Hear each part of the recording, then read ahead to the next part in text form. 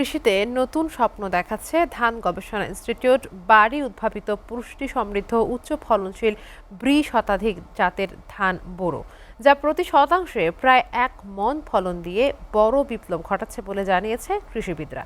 চট্টগ্রামের 15 উপজেলায় হচ্ছে এই উচ্চ ফলনশীল জাতের ধানের চাষ।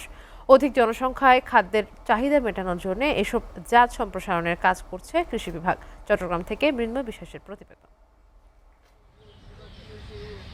বাংলাদেশ ধান গবেষণা ইনস্টিটিউট ব্রি উদ্ভাবিত 100 পরবর্তী ব্রি ধান 101 থেকে 114 জাতের ধানের চাষ হচ্ছে চট্টগ্রামের 15 উপজেলায়। কৃষি বিভাগ পার্টনার প্রকল্পের আওতায় 15 উপজেলায় এর প্রদর্শনী করেছে। ইতোমধ্যে ব্রি শতাধিক জাতের পরীক্ষামূলক চাষে মিলেছে সফলতা। চট্টগ্রামে পার্টনার প্রকল্পের আওতায় 106টি প্রদর্শনী প্লটে এই জাতের ধান হেক্টরে 8 থেকে 9 টন পর্যন্ত ফলন দিয়েছে।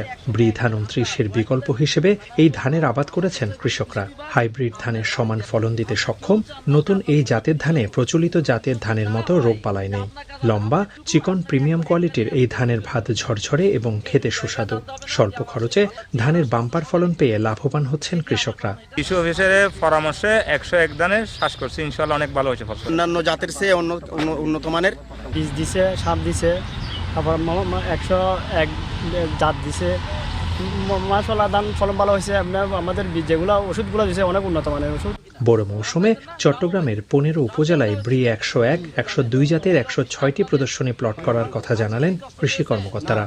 কৃষক পর্যায়ে আমরা যে ফিল্ড ট্রায়ালের মাধ্যমে যে প্রদর্শনীগুলো স্থাপন করা হচ্ছে, এই প্রদর্শনীর মাধ্যমে আশেপাশের কৃষকরা এর ফলাফল দেখতে পাচ্ছে এবং এই দেখার মাধ্যমে তারা পরবর্তীতে জাতটি গ্রহণের প্রতি আগ্রহী হয়ে উঠছে। নতুন জাতের এসব ধান দেশের খাদ্য নিরাপত্তা নিশ্চিত করবে জানিয়ে কৃষিবিদরা বলছেন, জিঙ্ক সমৃদ্ধ জাতের ধান চাষাবাদ সম্প্রসারণে কৃষক অধিক ফলন পেয়ে লাভবান হচ্ছেন।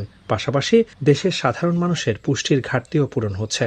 এই বড় মৌসুমে আমরা 100 এবং তার পরবর্তী জাতগুলো প্রায় 1400 হেক্টর জমিতে সম্প্রসারণ করেছি, যার ফলে উৎপাদন বৃদ্ধি পাবে, পাশাপাশি কৃষক লাভবান হবে এবং পুষ্টি নিশ্চয়তা বৃদ্ধি পাবে। গেল মৌসুমে চট্টগ্রামে বোরো আবাদের লক্ষ্যমাত্রা ধরা হয়েছিল 69,350 হেক্টর জমিতে, তবে আবাদ হয়েছে তারও বেশি 70,930 হেক্টরে।